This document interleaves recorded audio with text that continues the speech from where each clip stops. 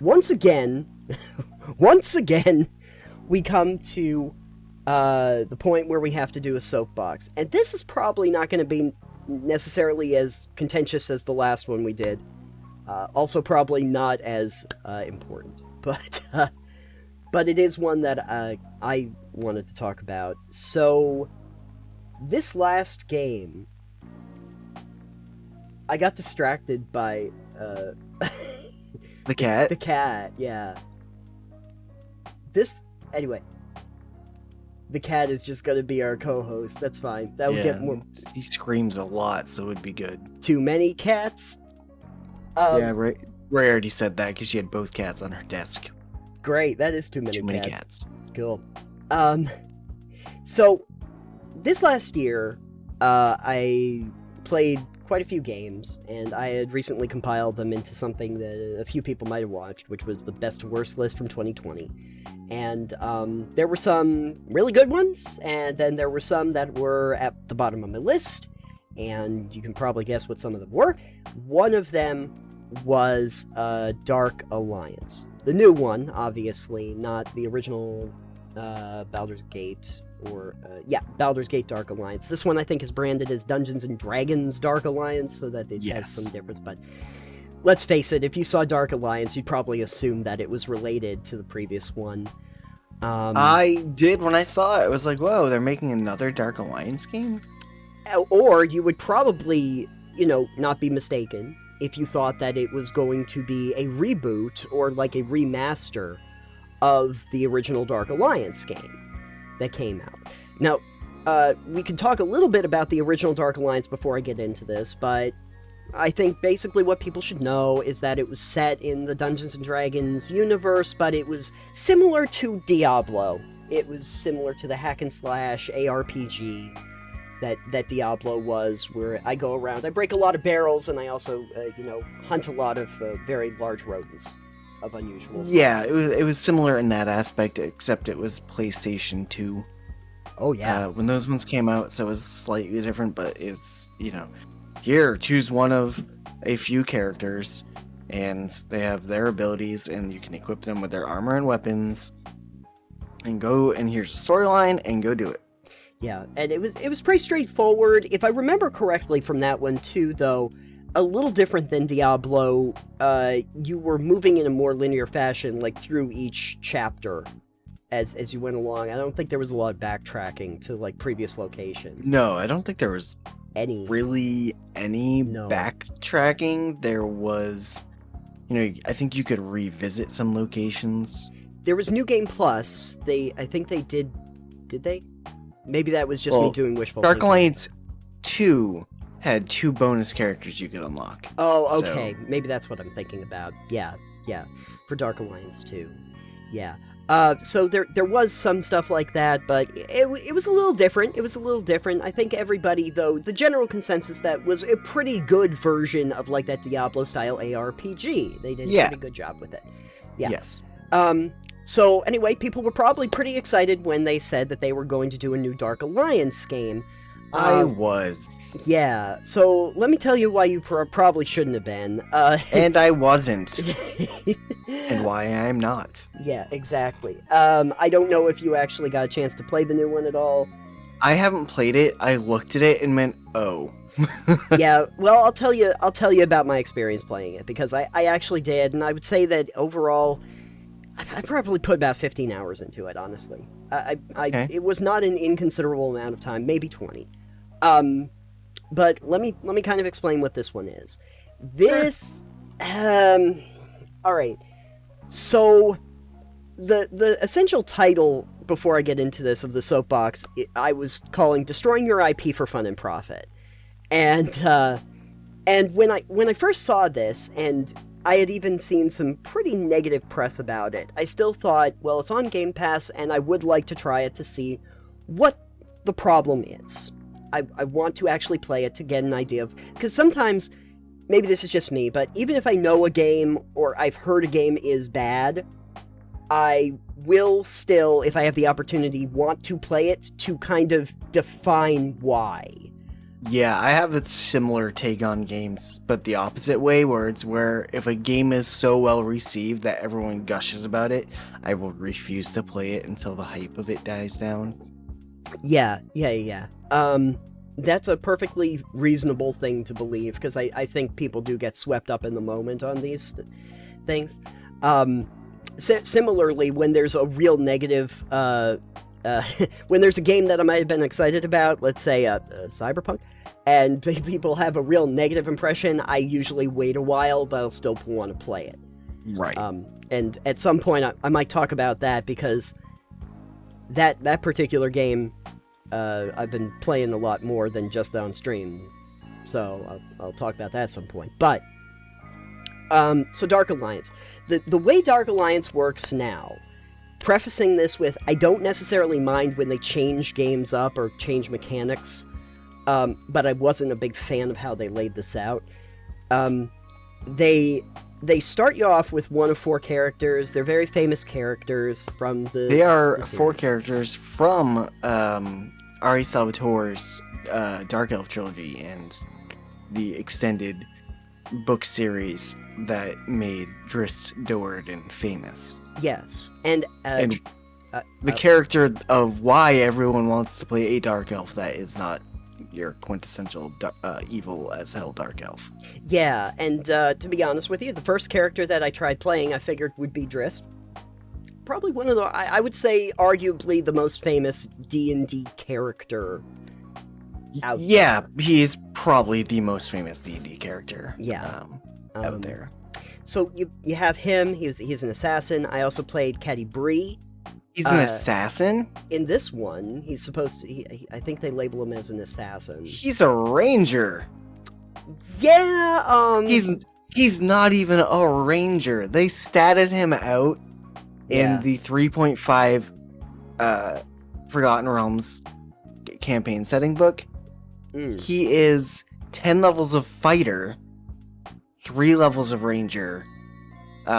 He gets 2 points of challenge rating for being a dark elf, and then he also has I think he has a level of barbarian in there.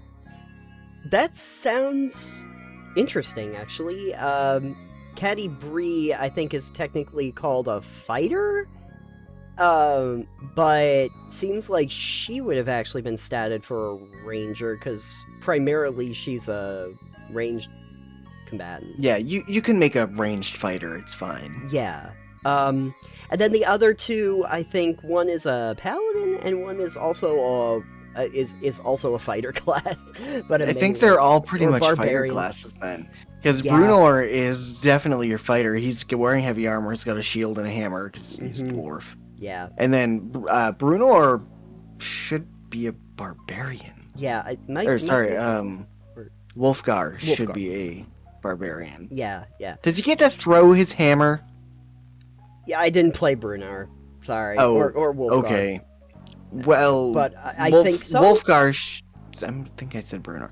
Wolfgar, the guy with the human with the 2-handed hammer, should be able to throw that. Okay. He should be able to throw that like freaking Thor. They do all seem to have some kind of ranged ability, but it does seem to be preferential to certain characters and not others.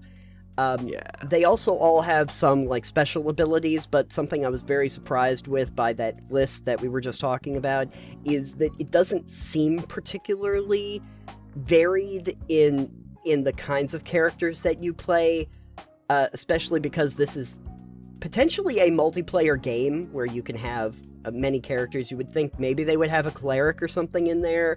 Maybe they would have a mage, like any kind of a spellcaster who primarily does spells.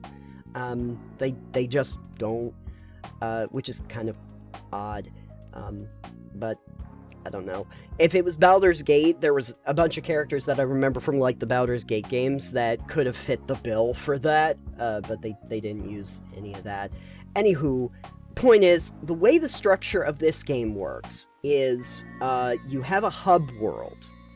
And you have these different quests, essentially, that you can go on. You set up, basically, a challenge rating, the quest that you want to take on, and the challenge rating that you want to do. The cat is going to ruin my whole day.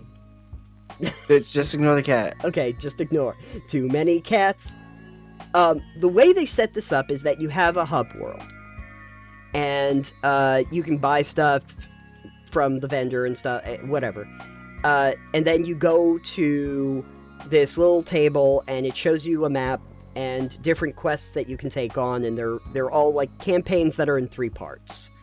And you choose the one that you want to do, and more unlock as you do the initial ones. And they basically tell you, okay, you can do this. What challenge rating do you want? This is your general power. Different powers are equated to different levels, and just go to like 1 to 6 for challenge rating.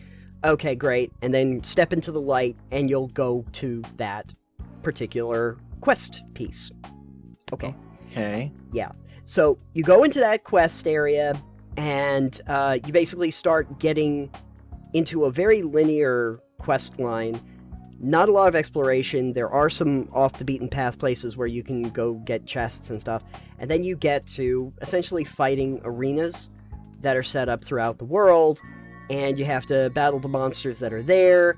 Periodically, they will offer you the ability to throw down a campsite. You can either use it as a save location to replenish all your stuff, or increase your loot modifier. Because the weird thing about this is you don't actually get any of the stuff you've acquired in that area until you have completed it to the end and beaten the boss.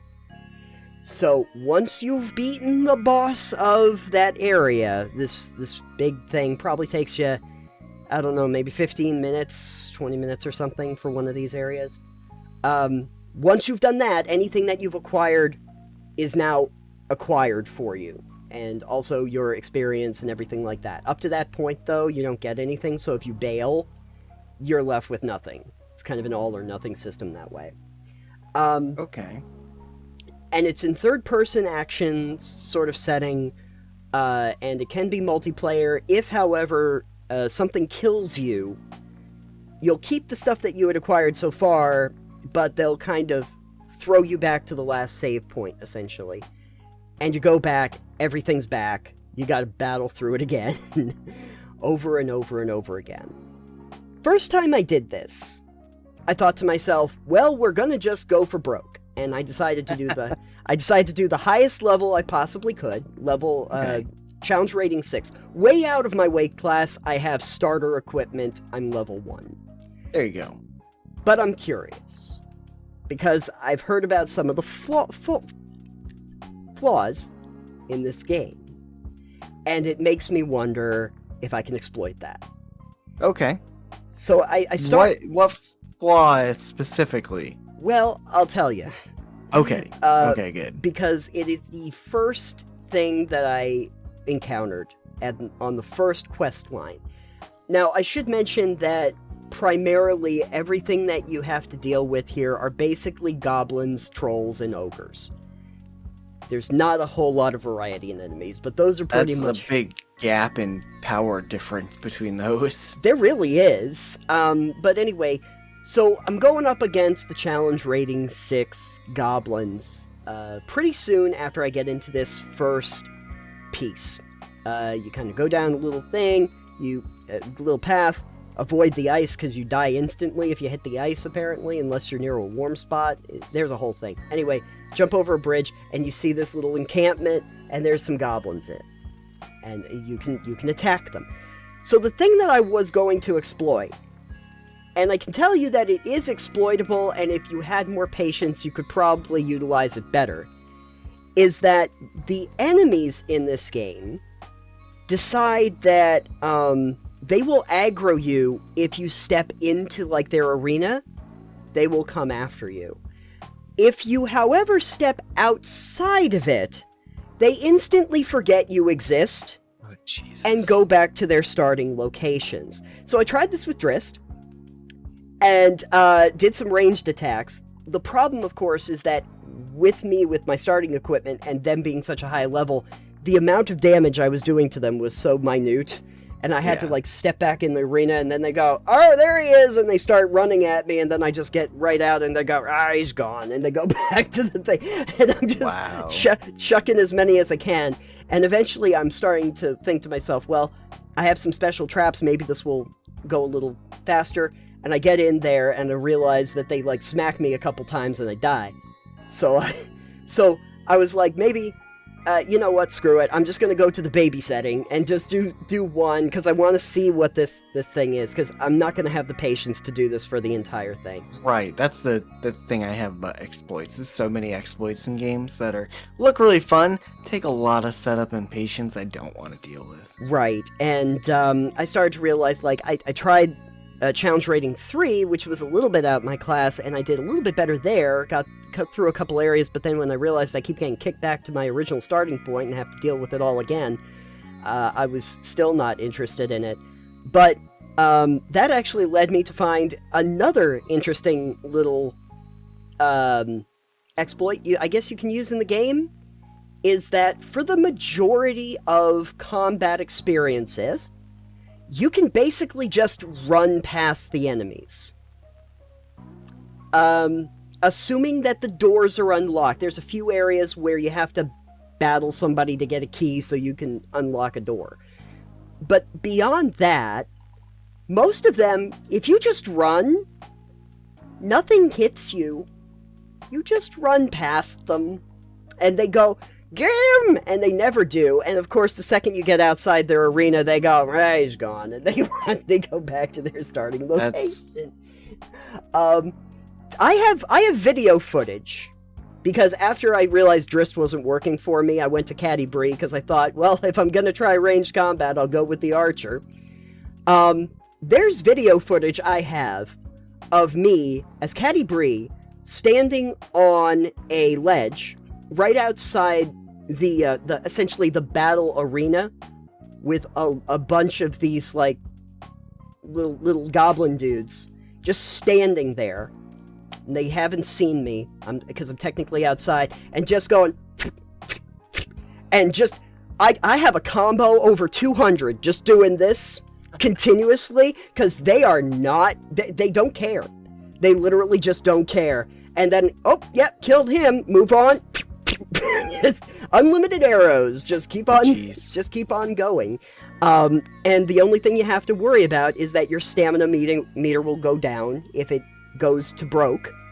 Your maximum lowers, so you have to be a little conscientious about that. So is this trying to be a Souls-like game? No, because in a Souls-like game you would lose all of your stuff when you... Oh, okay. And it's not an interconnected world like that. Okay. You go into this one arena, you get to the boss, you beat the boss, they tell you, hey, congratulations, you were the top, a damage dealer in this out of all the characters, because I was playing by myself, and and congratulations with that, and here's the experience that you get, and then you go back to a hub world. So what I'm hearing is this is a really poor single-player experience. It's a poor single-player experience. I would say it's probably also a pretty poor multiplayer experience. The only reason it might be better is because you wouldn't necessarily lose your progress if one of your party were to fall. Right. In combat. But other than that, it's not particularly interesting, and there were a lot of problems with it. It did not work for me, and I think the reason was just how easy it seems to be that it doesn't, that they didn't really spend a lot of time working on the game. It seemed very cash grabby the entire time I was playing it. Well, I do want to say, while you were telling me all about that, I did look up the game and who made it. And the company that made the game is someone that formerly worked for Ubisoft, but they've only ever made one other game, and I've never heard of that other game. Perfect. It's called, like, Livelock. Oh, they made Livelock? Yeah. Oh, okay. I've played that. Did you have similar experience with that game? Livelock is very different than Dark Alliance, actually. Livelock is much more of, imagine Diablo as a twin-stick shooter with robots. That's Livelock. Oh, It's that. No, actually, Dark Alliance, I'm trying to think of a game that I played that was in a similar genre. If you can imagine, like, a co-op action game where you go into individual tests and trials, and there's an overarching hub world that you release from, it's like that. so it's like Neo. I guess so. I never played Neo, but it's probably a little bit like that. Honestly, I think they were trying to make it a little bit more like a Destiny. Or, actually, no, I can tell you what it is closer to. It is closer to, oh man, Warframe. It's similar in structure to Warframe, if Warframe didn't actually let you get anything until you were done with an individual section. Gotcha. Yeah, it's kind of like that, and also if it wasn't very good, because Warframe was actually surprisingly good. But yeah. So the issue I had when I looked at it, when I was like, "Oh, a Dark Alliance game? That sounds cool," because I played the first, the original 2 Baldur's Gate Dark Alliance games. Right. I was like, "These games are fun. You could choose. You only had a certain number of characters, but you could choose between very different characters. Right. Like you'd still only get like different weapons they could all use and armor, but they all had very different abilities they could use. Certainly. So like the Necromancer, for instance, could summon. I think he had some enervation. He had spells. There's a monk who it's like, all right, well, I don't even need to use weapons really, but you can use one weapon. Just monks have that one weapon they can use usually. But you could also wear like full plate armor as the monk, and it's like, all right, well, this is not completely accurate, but it's fine. It doesn't make a lot of sense. Usually, like, because I'm familiar with playing monks. Monks actually don't do very well with armor. They usually benefit. No, from they're not not supposed to having wear any. any. Yeah. And then I was looking at this, and I went, there's 4 characters, and they're iconic characters to the setting of Faerun Forgotten Realms. Yes. And I'm like, okay, but can you change their weapons? I'm like, I think you can change their weapons. And I'm like, that doesn't work for Drist. No, they have a few different like weapons, but they try to keep them in the general framework of what weapons they would be used to. Like, Catti is gonna always have a bow. That's basically what she's using. Both Drist and Wolfgar in lore have very unique weapons to them. Yeah. And in this, it is a color-coded loot system, like common to legendary. So you will get higher level and rarer gear. Well, in that case, one of Drist's scimitars should already be a legendary weapon.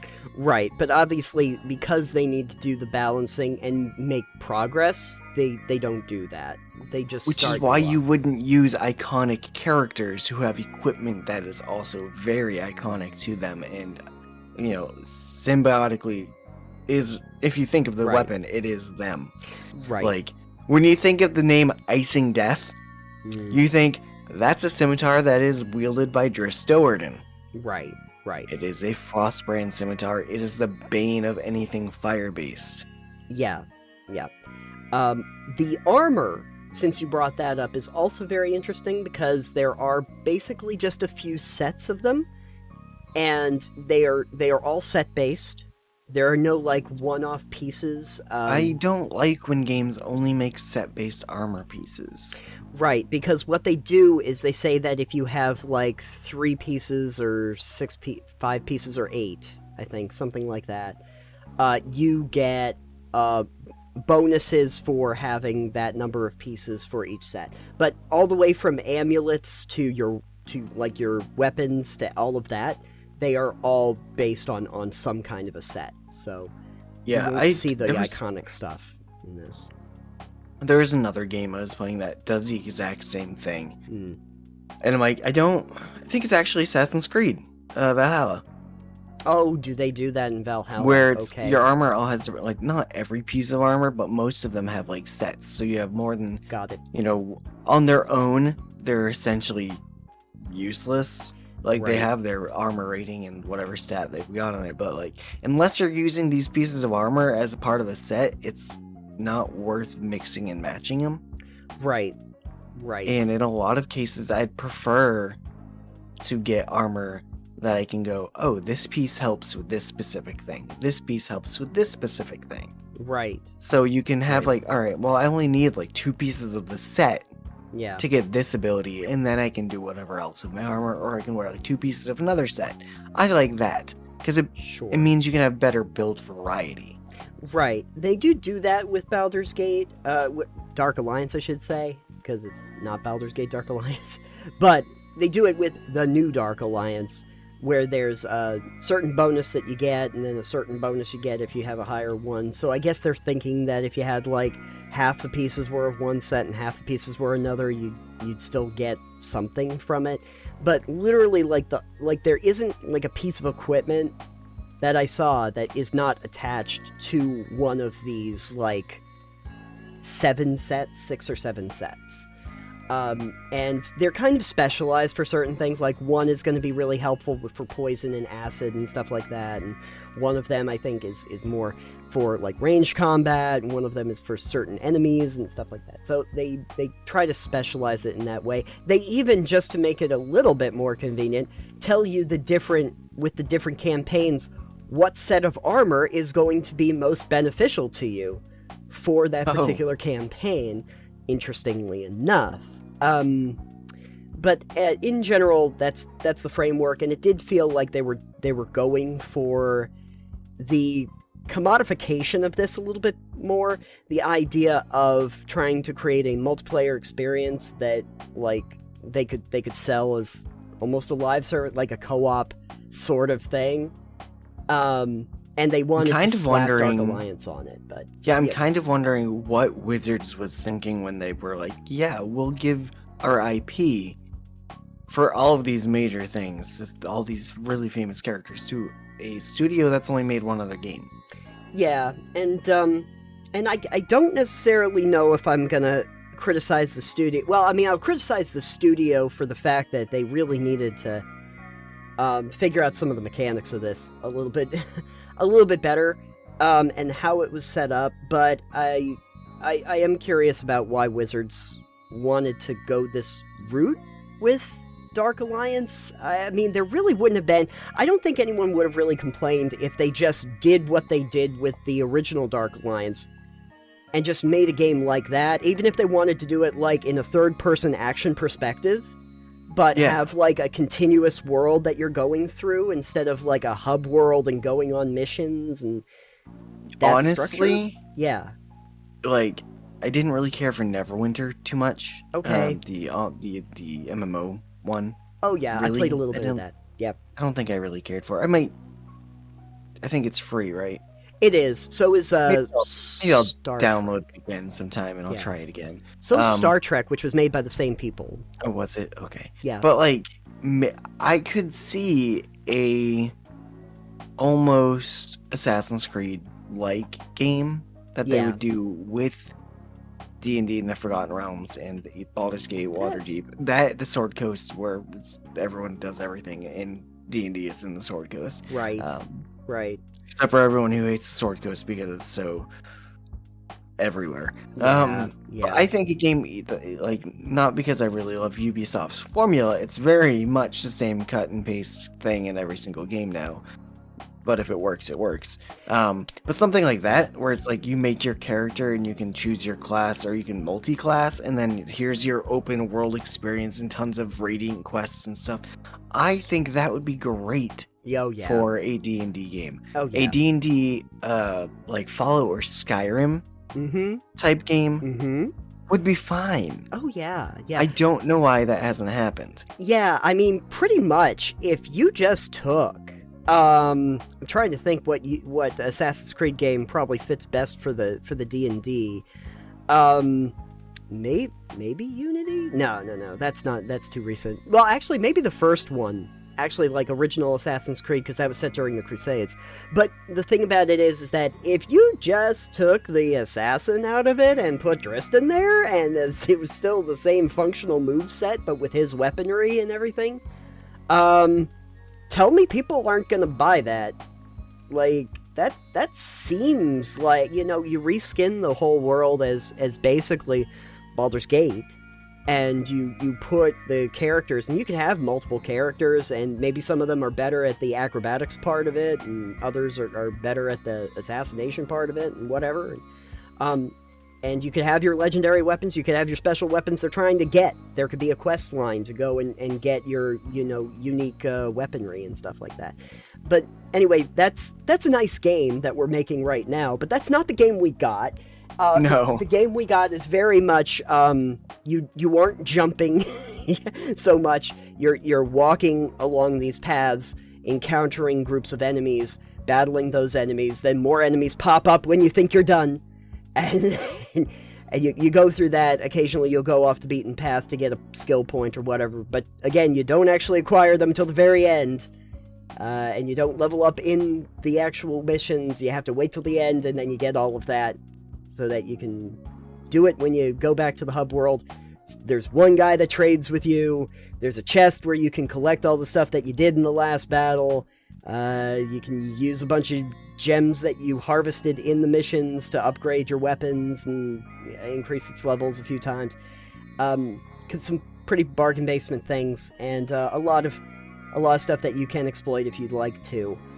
But my main point that I wanted to make, besides the I do not recommend playing Dark Alliance, really, it can be fun, and it has its moments where you're kind of like going, is this good? And then immediately you turn around and go, no, it's not. It has some fun to be had just from the, I can't believe I can get away with this kind of stuff. But in general, my point that I wanted to make with the Soapbox was that I don't really mind, honestly, when a company says, I want to go a different direction with an IP, and I want to try something different. I actually wouldn't want to see them do the same thing over and over and over again, cut and paste, with nothing new to add to it. Like Assassin's Creed. Kind of like Assassin's Creed. My hot take on this is when it came to like Star Wars and they did the new series, and like Last Jedi got so much vitriol from a lot of the community because it was like they're changing everything and they're throwing out the rules, and now Luke's really upset and they're burning the books and they're burning all the text, and Yoda's saying that, well, maybe you have to move on, and Kylo Ren's talking about burn it, you destroy it, crush it if you have to, like they're trying to take out that maybe the Jedi weren't doing the right thing, and maybe they did make mistakes and people just did not like it. I actually thought that was the most interesting part of the movie because it expanded upon the story in some way. I think a lot of the reason people were upset about that is because the Star Wars universe already had a very large expanded universe. Oh, yes. And then they were like, oh, we're going to choose specifically this is all canon and the rest of that is not now. And people were like, but my canon! Right. And of course, over the course of time, most of it's come back into canon anyway. But I think that was mostly Disney trying to get a hold on what the IP was going to be into the future, and then trying to parse it back together so that it would be marketable for them. But the fact that they kind of like had Rian Johnson in the second installment just kind of go off and do what he wanted to do to make a movie, and it kind of undermined the first movie that felt like a return to form when J.J. Abrams wanted to make, like, it's almost like an homage. It's practically A New Hope. The Force Awakens was basically A New Hope. Sorry, people already know this. Everyone's talked about it. It's the same. I haven't seen any of the new movies yet. Okay, well, if I told you about, like, a chosen one that became a famous Jedi that was from a desert planet Yeah, it's all just a repeating cycle in those movies. Yeah, and then they get onto the literal Millennium Falcon and have to blow up a giant starbase at the end that a Sith create. Anyway, the point is, Force Awakens very much the same thing. Last Jedi, very different. And basically, the message being that in a lot of ways, you have to throw out what we had. Let's start a new chapter. This is a new chapter for a new generation, was kind of the idea. But a lot of people hated it. And me personally, I thought it was the most interesting thing because it seemed to add something new to the dialogue. But I understand why people might have had a negative impression of it. It is hard when they add new things to stuff if you have a personal connection to what was there before. Yeah. But my general feeling is I don't think that people that have the IPs have to be so precious with it that they aren't willing to expand ideas or shake things up. But this particular problem I have is it feels like it was lazy in its execution. Like they didn't really, like they wanted to slap Dark Alliance on it because it was something recognizable people would want to play, Right. want to buy, but they weren't going to actually spend time with it. The difference for me is if you want to shake things up, try something different, evolve your brand, your IP, and you're doing it with a passion and a love or an excitement for that brand, that usually ends pretty well. If you're doing it because you see dollar signs and you want to throw something out quickly, it's not going to work. Yeah. And this felt like the latter far more than the former. So yeah, I probably just saved you a little bit of time. You Thanks. don't have to. Yeah, don't have to. play If it ever Borderlands comes on to Epic for free, for free, I'll Yeah. probably check it out. yeah, I would. This is what I would say because I had it on Game Pass, so that's why I played it. Yeah. If you have the opportunity to try it for free, I do suggest trying it because See how much we hate it. because a lot of times when I'm trying to articulate why a game doesn't work, I think that somebody playing it does a better job than me explaining it. In a lot of ways, similar to like That's not what we're here for in this podcast. No, similar to what happened with like San Andreas. Like when I tried playing that, it's hard to articulate that the reason it not good. Except you can see with your eyes, I suppose. But yeah. So anyway, folks, if you're gonna change up your IP, I understand that I'm totally okay with you trying that, but do it in a spirit of having an actual love of your brand and not just thinking of your brand as a cash cow. Boom. There we go. Good message. Good message. Let's end on that.